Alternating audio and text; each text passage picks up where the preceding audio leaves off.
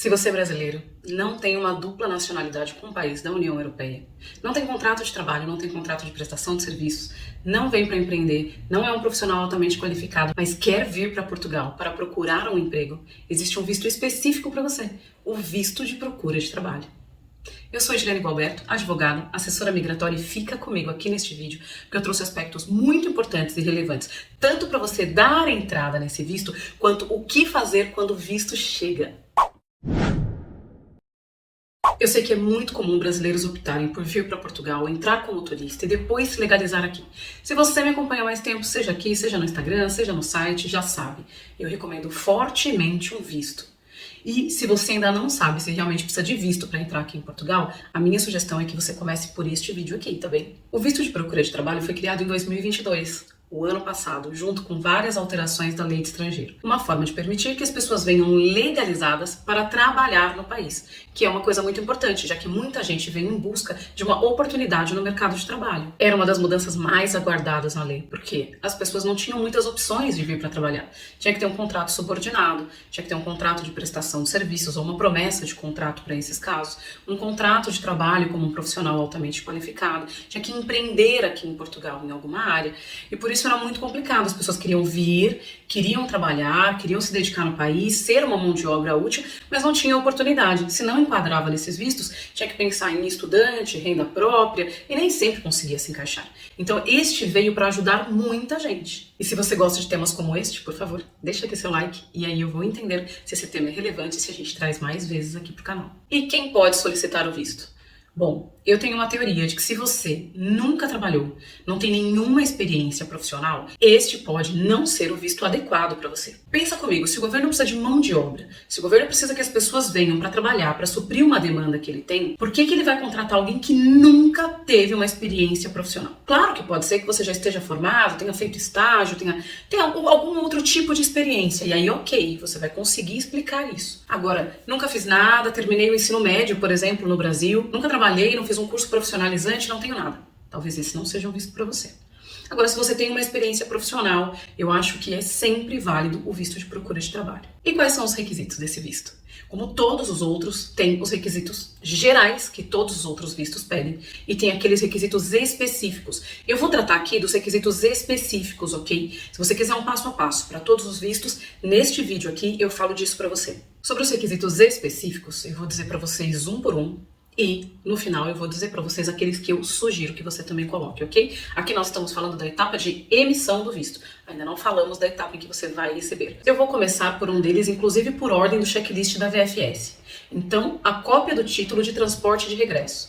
O que é? Você tem que comprovar que você já tem como voltar para o seu país caso você não consiga encontrar um emprego em Portugal. Pode ser uma reserva de passagem. Eu tenho visto muita gente comprando o bilhete, emitindo o bilhete efetivamente. Depois o visto não sai a tempo, perde essa passagem, tem que pagar a multa para remarcação. Então assim, tenham atenção a isso, pode ser só uma reserva. Converse com o seu agente de viagem e ele vai te orientar. É isso que eu tenho feito com os meus clientes e pelo menos até agora tem dado muito certo. Se você é cidadão das comunidades de países da língua portuguesa, você pode dizer: olha, eu não preciso disso porque cidadão da CLP está isento nessa apresentação. Você tem razão, até um tempo atrás, até algumas semanas atrás não precisava, mas agora tiraram isso do cidadão da CPLP. Ou seja, agora mesmo o cidadão da CPLP precisa apresentar o transporte de regresso, ok? E para que data eu compro essa passagem, doutora Edilene? Eu ouço muito essa pergunta. Você vai calcular uma média de tempo de quando você pretende chegar em Portugal e comprar a passagem para 4 meses depois. Então, por exemplo, eu vou dar entrada no visto amanhã. O visto leva uma média de 30 a 60 dias para sair. Então, a gente está falando aí mais ou menos julho. Então, eu vou calcular que se esse visto chegar 15 de julho, eu quero já vir para Portugal nessa data. Então, eu vou colocar meu pedido de visto para 15 de julho como entrada e a volta para daqui 4 meses. Então, agosto, setembro, outubro, novembro, eu colocaria aí 14 de novembro a volta e faria reserva para isso. Pode ser prorrogado por 2 meses o visto? Pode ser prorrogado por mais 2 meses, mas a validade dele é de 120 dias, especificamente. Então, se ele tem essa validade de 120 dias, a sua reserva da passagem de volta, o ideal é que seja dentro desses 120 dias, e é o que tem dado certo aqui na assessoria. Tá bem, pessoal? Próximo item que é específico desse visto é apresentar um comprovante de recursos financeiros suficientes. E o que é suficiente para o visto de procura de trabalho? 3 salários mínimos portugueses. É isso mesmo, hoje o salário mínimo português é de 760 euros. Você vai multiplicar por 3, que hoje dá 2.280 euros, aproximadamente 12.500 reais hoje, tá bem? Com o câmbio de hoje, do dia em que eu estou gravando este vídeo. Você vai apresentar este valor, de preferência, numa conta brasileira. Recentemente teve muita restrição e os vistos caíram em exigência porque não aceitavam extrato de conta Wise. Então, por precaução, os meus clientes apresentam sempre de conta brasileira. Pode ser na conta corrente, pode ser numa conta poupança, pode ser numa aplicação de rápida liquidez, tem que ser um dinheiro disponível. Neste caso, da subsistência dos recursos financeiros. Você pode apresentar um termo de responsabilidade de alguém que já vive em Portugal, legalizado, ou um próprio português, um cidadão da União Europeia, que aqui resida, e que ele se responsabilize pela sua subsistência neste período. Neste caso, a minha sugestão é que você coloque imposto de renda dessa pessoa, que é o IRS português, olerites, aqui são recibos de vencimento, ou até extrato bancário que mostre que essa pessoa tem esse mínimo de 3 salários mínimos na conta. Então, junto com o termo de responsabilidade, com a assinatura devidamente autenticada, você vai juntar o documento válido dessa pessoa que prova que ele está legalizado aqui e vai juntar ainda esses comprovantes financeiros da pessoa que está te convidando. E você pode me dizer: mas isso não é para o cidadão da CPLP? Não. Esse é para qualquer cidadão, não só para cidadão de países da língua portuguesa. Ou seja, tem alguma diferença aí entre ser membro de um país da CPLP ou não? Não vejo mais nenhuma diferença, pessoal, porque a subsistência ela pode ser substituída por um termo de responsabilidade para qualquer pessoa, não necessariamente para alguém da CPLP. O que tinha de vantagem era o transporte de regresso, que eles tiraram. O próximo item é uma declaração com as condições de estada prevista. Mas o que é isso? Eles também não explicam muito bem, ok? O que nós já tivemos de informações da VFS é que essa estada deve dizer onde você pretende se hospedar, o que você pretende fazer no país, por que você escolheu aquela região. Então a minha sugestão é que você faça uma declaração da estada prevista indicando isso. Eu escolhi Coimbra, porque eu sei que Coimbra tem empresas do setor X, que é onde eu gostaria de trabalhar, ou eu sou formada em turismo e eu gosto muito do turismo histórico, religioso, ou eu adoro esse turismo universitário, enfim, você vai dizer por que você escolheu Coimbra ou qualquer outra cidade, onde você vai se hospedar, por quanto tempo você vai se hospedar, por que esse lugar, enfim. E aí você vai dizer, olha, se Coimbra não der certo, eu também posso ir para essa aqui em volta. É uma sugestão, pessoal, mas você também pode fazer uma carta de motivação e uma carta de intenção para compor o seu pedido, ok? E eu recomendo isso para todos os vistos. E nessa carta de motivação, nessa carta de intenção, você coloca um item sobre a indicação das condições da estada prevista. E aí você pode complementar, dizendo qual é a sua motivação, por que escolheu esse lugar, qual é a sua intenção com Portugal, o que você pretende fazer, sua experiência profissional. Aí use a sua criatividade. Um último documento específico que está no checklist desse visto é uma declaração do IEFP. Este é o Instituto de Emprego e Formação Profissional daqui de Portugal. Neste site, que eu vou deixar aqui para vocês, vejam como é que ele funciona. Você clica neste link, entra neste site e aí você faz o preenchimento dos seus dados, onde você vai colocar várias informações. Eu deixei aqui até uma listinha para eu falar para vocês o que vocês vão precisar preencher. Então ele vai pedir o seu e-mail, ele vai pedir a sua escolaridade em anos completos, você pode selecionar, ok? Dá para escolher. Ele vai perguntar as áreas em que você trabalhou. E neste caso das áreas, ele coloca 50 opções para você escolher o máximo de 5 respostas, ok? Um outro item que tem, que eu anotei aqui para vocês, é em que área profissional você vai procurar um emprego. Ele coloca 49 opções e você tem que escolher 3.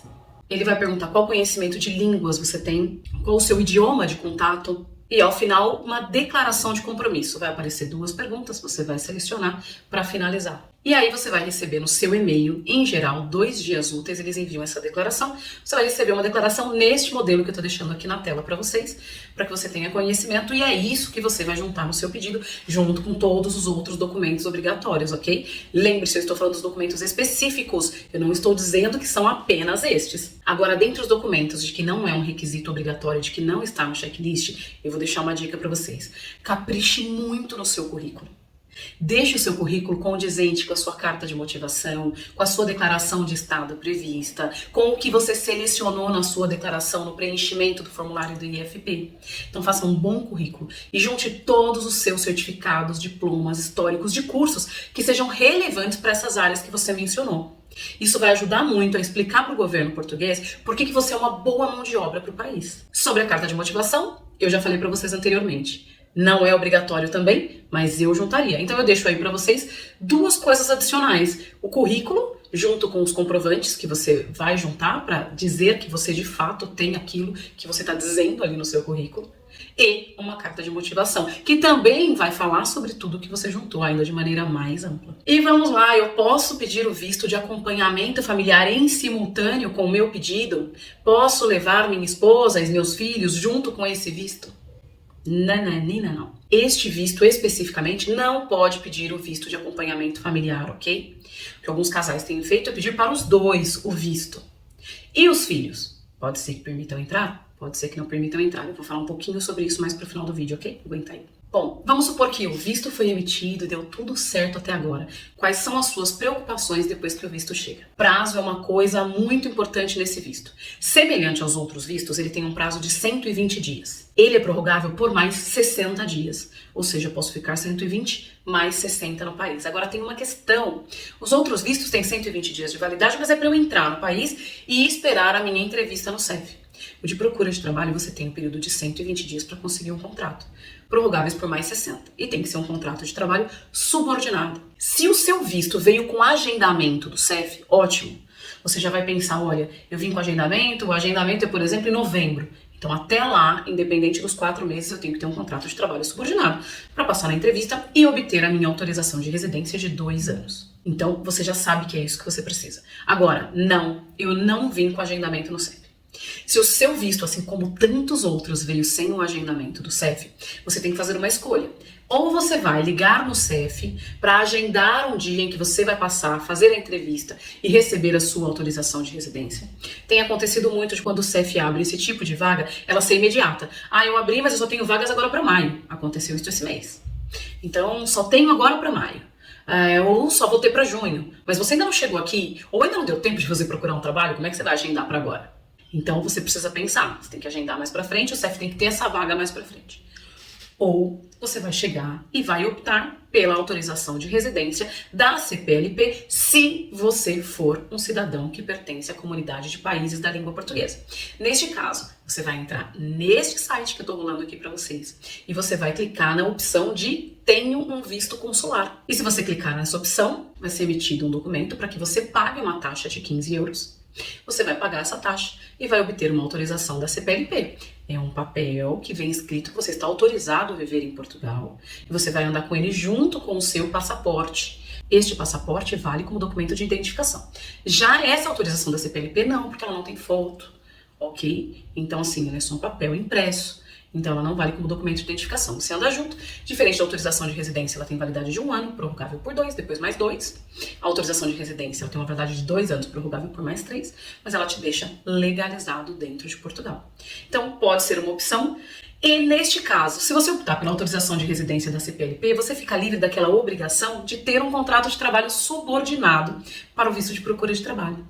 Ok? Porque você vai poder ser um profissional independente. Vai poder abrir uma atividade, vai poder emitir recibos verdes e vai ser um profissional independente, semelhante ao MEI do Brasil, que emite as notas fiscais.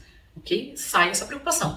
Veja bem, isto não é um incentivo para que você pegue a autorização da CPLP, ok? Não é. Tenho várias restrições sobre ela, não acho que é para qualquer um e não perca o vídeo da próxima semana que eu vou falar exatamente sobre isso.